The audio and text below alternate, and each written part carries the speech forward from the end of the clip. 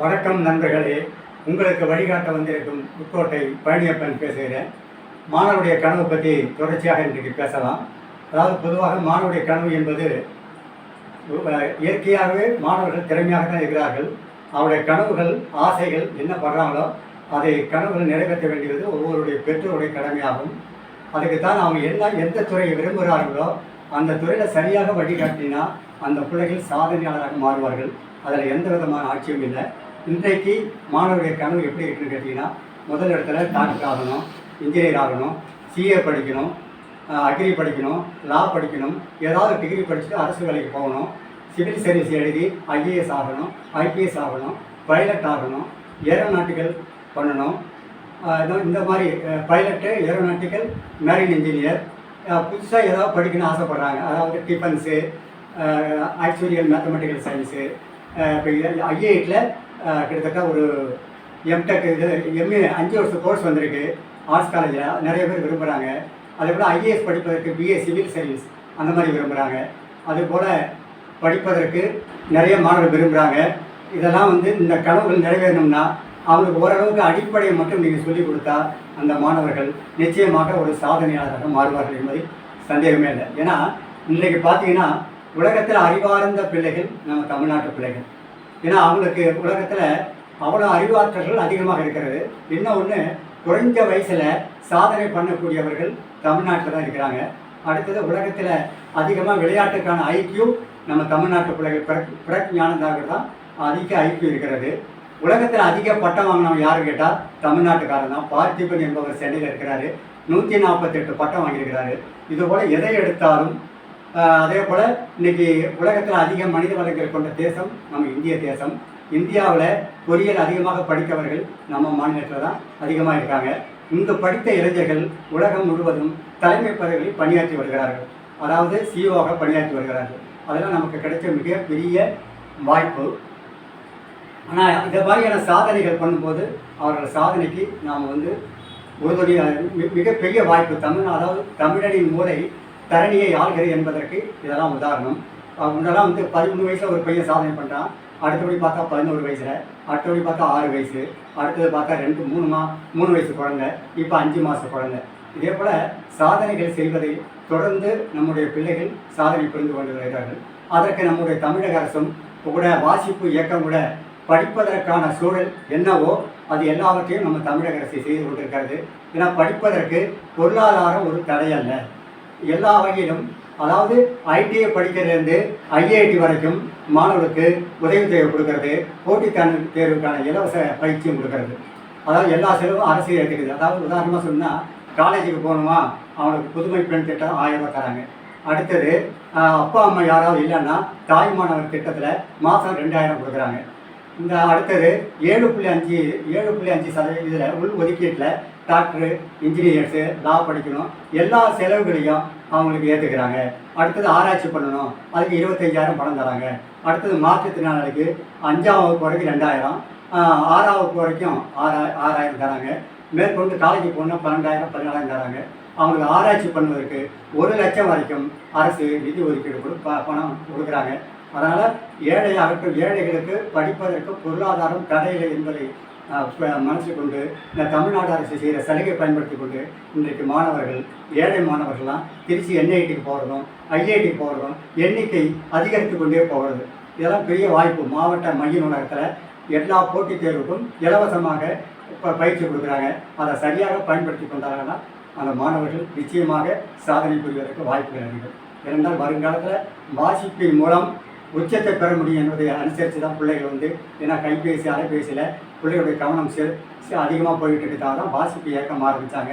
அந்த வாசிப்புங்கிறது ஒரு உங்கள் பிள்ளைகளுக்கு ஏற்படுத்தி கொடுத்தீங்கன்னா வாசிக்கிற பழக்கம் உள்ள பிள்ளைகள் 10ஓட 11 வராது, நிச்சயமாக 10இல் முதலிடத்தில் வரும், உச்சத்தை பெறுவார்கள். அதுக்கு தான் வாசிக்கிற பழக்கத்தை பெற்றோர்களாக நீங்கள் ஏற்படுத்தி கொள்ளுங்கள் என்பதை திரும்ப நான் சொல்கிறேன். ஏன்னா வாசிக்கிற பிள்ளைகளுக்கு தான் யோசிக்க தெரியும். அதாவது நுண்ணறிவு வளரும், நினைவாற்றல் வளரும், ஆய்வுத்திறன் வளரும், மொழித்திறன் வளரும். இதெல்லாம் வளரணும்னா பிள்ளைகளுக்கு அந்த வாசிப்பு இயக்கம் என்பதை கருத்தில் கொண்டு தான் மாணவர்களுக்கு இப்பொழுது அரசு பள்ளியில் வாசிக்கும் இயக்கம் ஒன்று ஆரம்பித்திருக்கிறார்கள். அதனால் எல்லா வகையிலும் அரசு நமக்கு உதவி பண்ண தயாராக இருக்கிறது. மாணவர்கள் எனக்கு இப்போ உள்ள சூழலில் பசியினுடைய அருமையை உணர்ந்த பிள்ளைகள் நன்றாக படிக்கிறார்கள். அதான் ஆச்சரியமாக இருக்கிறது. எல்லாம் நன்றாக படிக்கிறார்கள். 100க்கு 100 வாங்குறாங்க. அதனால் 100க்கு 100 வாங்குற எண்ணிக்கை அதிகரித்து கொண்டே போகிறது. ஒரு காலத்தில் இன்றைக்கி பிகாம் சீட்டு வாங்குறது, ஒரு ஆர்ட்ஸ் காலேஜில் பிகாம் சீட்டு வாங்குறத விட கஷ்டமாக இருக்குது. என்ன காரணம் கேட்டிங்கன்னா, டெல்லியில் ஸ்ரீராம் கமர்ஷியல் காலேஜில் கிட்டத்தட்ட 92% இருந்தால் தான் அந்த கல்லூரிக்கு போக முடியும். ஏன்னா 92% வணிகையில் மார்க் வாங்க முடியுமா என்று நினைத்த காலம் போய் அந்த கனவை இன்றைக்கி நம்ம தமிழ்நாட்டு பிள்ளைகள் கனவு உடைச்செறிந்து விட்டது. ஏன்னு கேட்டிங்கன்னா, 100க்கு 100 வாங்கின 5600 பேருக்கு மேலே காமர்ஸ் அக்கௌண்டன்ஸில் 100க்கு 100 வாங்கி ஒரு சாதனையே பண்ணிட்டாங்க. 100க்கு 100 வாங்கினா தான் பிகாம் சீட்டு வாங்க முடியும் என்ற நிலை இன்றைக்கு இருக்கிறது என்றால் அது மிகப்பெரிய வாய்ப்பு தான். தமிழ்நாட்டிலே பிள்ளைகள் 100க்கு 100 வாங்கவும் தயாராகிட்டாங்க. இப்போ நடக்கிற அந்த அரசு சலுகை எல்லாத்தையும் பயன்படுத்தும் போது இன்னும் மாணவர்கள் இன்னும் போட்டிகள் நிறைந்த உலகமாக மாறும். எல்லா போட்டியும் செழிப்பதற்கு நம்முடைய மாணவர்கள் தயாராக இருக்கிறார்கள்.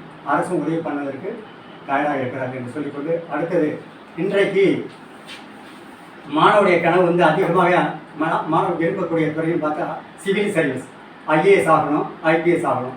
இதை கிட்டத்தட்ட பார்த்தீங்கன்னா எந்த நிகழ்ச்சிக்கு போயிருந்தாலும் ஐஏஎஸ் படிப்பவர்கள் என்றால் கை தூக்கிறது அதிகமாக இருக்குது.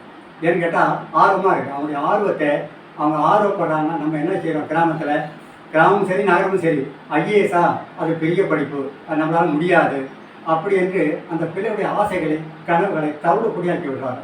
ஏன்னா அவன் கனவு என்ன, ஆசை என்ன, ஐஏஎஸ் என்பது ஐஏஎஸ் படிப்பதற்கு இன்றைக்கி நான் முதல்வன் என்ற திட்டத்தில் மாதம் 7500 தராங்க, பணம் தராங்க. அடுத்தது பார்த்தீங்கன்னா அண்ணா பயிற்சி மேலாண்மையில் மாதம் 5000 தராங்க.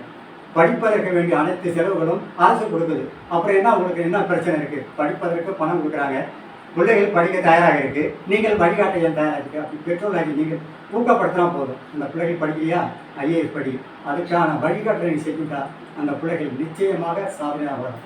அதாவது ஐஏஎஸ் என்பது என்னன்னு கேட்டால் அடிப்படை என்ன தெரிஞ்சுன்னு கேட்டிங்கன்னா, ஐஏஎஸ் படிக்கணும்னு சொன்னால் நல்ல கல்வி பெற்ற ஒருவரால் எந்த விதமான சிறப்பு பயிற்சியும் இல்லாமல் இந்த ஐஏஎஸ் தேர்வை வெற்றி பெற்று விடலாம். அடுத்தது 6ஆம் வகுப்பிலிருந்து 12ஆம் வரைக்கும் உள்ள பாடப்புத்தகத்தை நன்கு பாடத்தை புரிந்து கொண்டு படிக்க வேண்டும். எந்த கோணத்தில் எப்படி கேள்வி கேட்டாலும் ஆன்சர் பண்ண தயாராக இருக்கும். அடுத்தது சமூக மாற்றங்களை யார் ஒருவர் முழுவதுமாக அறிந்து கொண்டிருக்கிறார்களோ அவர்கள் இந்த இதில் ஐஏஎஸ் வெற்றி பெறுவதற்கு வாய்ப்பாக இருக்குது. அடுத்தது பொதுவாக ஐஏஎஸ் படிக்கணும்னா என்னால் முடியும் என்ற தன்னம்பிக்கை வரணும், கடினமாக உழைக்க தயாராக இருக்கணும், நேர்மறையான சிந்தனை வேண்டும், வாசிப்பு பழக்கம் வேண்டும். இந்த வாசிப்பு இருக்கிறதால தான் ஒரு போட்டித் தேர்வை எதிர்கொள்ளும் போது வாசிப்பு பழக்கம் உள்ளவர்களுக்கு எளிதாக வெற்றி பெற முடியும். அதற்கு உதாரணம் தமிழகத்தினுடைய முன்னாள் தலைமைச் செயலாளர் இறையன்பவர்கள், அடுத்தது சைலேந்திர பாபு அவர்கள். அவங்க பிஎஸ்சி அக்ரி படித்துவிட்டு இன்றைக்கி அந்த ஐஏஎஸ் துறையில் மிகுந்த உச்சத்தை பெற்றவர்கள், பதவியில் உச்சத்தை பெற்றவர்கள் உதாரணமாக சொல்லணும். அதனால் எல்லாராலையும் முடியும், படிக்க முடியும். மாணவருடைய கனவு இருக்குது, ஆசை இருக்குது, அந்த கனவு நிறைவேற்றணும்னா அதுக்கான வழிமுறையை மட்டும் நீங்கள் சொல்லிக் கொடுங்க. அந்த பிள்ளைகள் நிச்சயமாக ஏன்னா ஐஏஎஸ் படிக்கணும்னா அதுக்கு தகுதின்னு பார்த்தீங்கன்னா மற்ற இதுக்கு ஐடிஐ ஃபீல்டில் போகணுன்னா மினிமம் ஃபஸ்ட் கிளாஸ் வேணும், கிரிக்கெட் 70 வேணும், கம்யூனிகேஷன் ஸ்கில் வேணும், ப்ரோக்ராம் லாங்குவேஜ் வேணும், கோடிங் தெரிஞ்சுக்கணும், அது வேணும் இது வேணும் நிறைய கேட்குறாங்க. ஆனால் ஐஏஎஸ் படிப்பதற்கு மட்டும்தான் எதுவும் 21 வயசு நிரம்பியிருந்தால் போதும். பட்டப்படிப்பு எந்த படிப்பாக இருந்தாலும், தமிழாகட்டும், ஆங்கிலமாகட்டும், மேத்ஸ், பிசிக்ஸ், கெமிஸ்ட்ரி, எந்த டிகிரியாக இருந்தாலும் ஐஏஎஸ் தடையில்லை. அடுத்தது ஓப்பன் யூனிவர்சிட்டி, திறந்தநிலை பல்கலைக்கழகத்துலையும் திறந்தநிலை பழகம், ஓப்பன் யூனிவர்சிட்டி ஸ்கீம், இந்த ரெண்டுலேயுமே படிப்பதற்கு படிச்சிருந்தாலும் ஐஏஎஸ் எழுதுவது தடையில்லை. ஏன்னா கரஸில் படித்து எழுத முடியாது. நமக்கு தமிழக அரசில் ஓப்பன் யூனிவர்சிட்டியில் படித்தவங்க டிஎன்பிசி எழுத முடியாது. ஆனால் ஐஏஎஸ் சிவில் சர்வீஸ் எழுதலாம். அதனால் ஐஏஎஸ் எழுதுவதற்கு கிட்டத்தட்ட எல்லாருமே அதுக்கு எந்த விதமான அதுக்கு விருப்ப பாடம், அதாவது ஐஏஎஸ் எழுதுவதற்கு விருப்பம் தான் முக்கியம். அதை செஞ்சீங்கன்னா கிட்டத்தட்ட பார்த்தீங்கன்னா ஒரு 3 கட்டம் இருக்குது. ஐஏஎஸ் என்பது ஒரு 3 கட்டத்தை உள்ளடக்கி தேர்வு. அதாவது முதல் கட்டம் பிரிலிமினரி எக்ஸாம், அதாவது முதல் நிலை தேர்வு. அந்த கட்டத்தை தாண்டி அதில் 2 பேப்பர் வச்சுருக்காங்க. அதை தாண்டிச்சுன்னா அடுத்த கட்டம், 2வது கட்டம் மெயின்ஸு. மெயின்ஸில் 9 பேப்பர் இருக்குது. தமிழ் இருக்குது, ஆங்கிலம் ஒரு பேப்பரு, கட்டுரை இருக்குது, விருப்ப பாடத்தில் 2 பேப்பரு, பொது அறிவில் 4 பேப்பர் கொடுத்துருக்காங்க. அந்த தமிழ்லேயும் ஆங்கிலம் தகுதி பேப்பர், அதில் பாஸ் மார்க் வாங்கினா அடுத்த பேப்பரை வேலியேஷன் பண்ணுவாங்க. அடுத்த கட்டம் அது முடிஞ்சு பாஸ் பண்ணியாச்சுன்னா இன்டர்வியூ. இந்த 3 ஸ்டேஜ் தாண்டினா தான் இந்த ஐஏஎஸ் என்ற தேர்வினை வெற்றி பெற முடியும். அதனால் அதுக்கான வழிமுறை மெயின் அடிப்படை வாசிக்கும் பழக்கம் தான் ஐஏஎஸ்க்கு. அந்த வாசிக்கிற பழக்கத்தை மட்டும் நீங்கள் வளர்த்து கொடுங்க. நம்ம பிள்ளைகள் நிச்சயமாக நுண்ணறிவு வளர்த்து கொள்ளும். நுண்ணறிவு தான் ஐஏஎஸ் தேர்வுக்கு முக்கியமானது. எல்லா போட்டித் தேர்வுக்கும் அடிப்படை நுண்ணறிவு தான். அதை செஞ்சு கொடுத்தீங்கன்னா நம்ம பிள்ளைகள் நிச்சயமாக சாதனையாளர் மாறுவது என்று எனக்கு நல்ல நம்பிக்கை இருக்குது. ஒரே ஒரு உதாரணத்தை சொல்லி இந்த நிகழ்ச்சியை நான் நிறைவு பெறுகிறேன். அதாவது ஐடிஐ படித்தவர்களும் ஐபிஎஸ் அதிகாரி ஆக முடியுமா? நிச்சயமாக முடியும். அதாவது விழுப்புரம் பக்கத்தில் நைமூர் என்ற கிராமத்தில் ஒரு சாதாரண 10ஆம் வகுப்பு படித்த மாணவர் கிட்டத்தட்ட ஆர்ஆர்பி எழுதி திருச்சி ரயில்வேல பொன்மலைப்பேட்டை ஜாயின் பண்ணார். அவர் ஜாயின் பண்ணிட்டு தங்கியிருந்த ரூமில் ஒரு பையன் வந்து அடிக்கடி திருச்சியில் வந்து எம்ப்ளாய்மெண்ட் ஆஃபீஸர் தன்னார்வ பயில் வட்டம் போயிருக்காரு. எங்கே போறீங்கன்னு கேட்டுக்காரு அந்த பையன். நான் அது மாதிரி தன்னார்வ பயில் வட்டத்தில் போட்டித் தேர்வுக்கான இலவச பயிற்சி மையத்துக்கு போகிறனாரு. நானும் வரட்டுமான்னு கேட்டுருக்கேன். அந்த பையன் அந்த ஐடிஐ படித்தவர் போயிருக்கிறாரு, கூட போயிருக்கிறாரு. அந்த போன உடனே அந்த போட்டித் தேர்வுக்கான இதை பார்த்த உடனே, ஏன்னா இலவச ஒவ்வொரு மாவட்ட மைய நூலகத்திலையும் அதாவது வந்து தன்னார்வ பயில் வட்டம் என்ற அமைப்பு இருக்கிறது. எல்லா போட்டித் தேர்வுக்கும் இலவசமாக நடத்துகிறார்கள். அந்த பையன் போனால் ஒரு தடவை போனால் 2 தடவை போனான். அடுத்தது அந்த அடிக்கடி வாரம் போக ஆரம்பிச்சிட்டான். அவனுக்கு ஒரு ஆசை என்ன, நாம் இதை விட்டு ஆர்ஆர்பி விட்டு நம்ம டிஎன்பிசி எழுதலாம். ஒரு தடவை 2 தடவை எழுதி முயற்சி பண்ணி டிஎன்பிசியில் பாஸ் பண்ணியாச்சு. டிஎன்பிசியில் பாஸ் பண்ணணும்னு ஆர்ஆர்பி ரயில்வே வேலை விட்டுக்கிட்டு அங்கே போய் சேர்ந்தான். 2 வருஷம் ஆச்சு. அவனுக்கு அடுத்த ஆசை நம்ம ஐஏஎஸ் எழுதினா ஐபிஎஸ் எழுதினான்னு ஆசை இருக்குது. அங்கே போய் அப்ளிகேஷன் வாங்க போல, நான் ஐடிஐ படிச்சிருக்கேன், இந்த மாதிரி இருக்கணும்னு. ஐஏஎஸ் படிக்கணும், மினிமம் டிகிரி பாஸ் பண்ணணும்னாங்க. அதாவது அண்ணாமலை பல்கலைக்கழகத்தில் இதில் ஃபவுண்டேஷன் கோர்ஸில் +1 +2 முடித்து விட்டு 3 ஆண்டுக்கான ஓப்பன் யூனிவர்சிட்டியில் 3 பிஏ ஹிஸ்ட்ரி முடித்தார். பிஏ ஹிஸ்ட்ரி எழுதி முடித்து விட்டு அந்த தொடர்ச்சியாக ஐஏஎஸ் ஐபிஎஸ் படித்தே தீர்வு முயற்சி பண்ணார். முதல் தடவை, 2ஆவது தடவை, 3ஆவது தடவை 6 முறை முயன்று 7ஆவது முறை ஐபிஎஸ் பதவி தான் கிடச்சிது.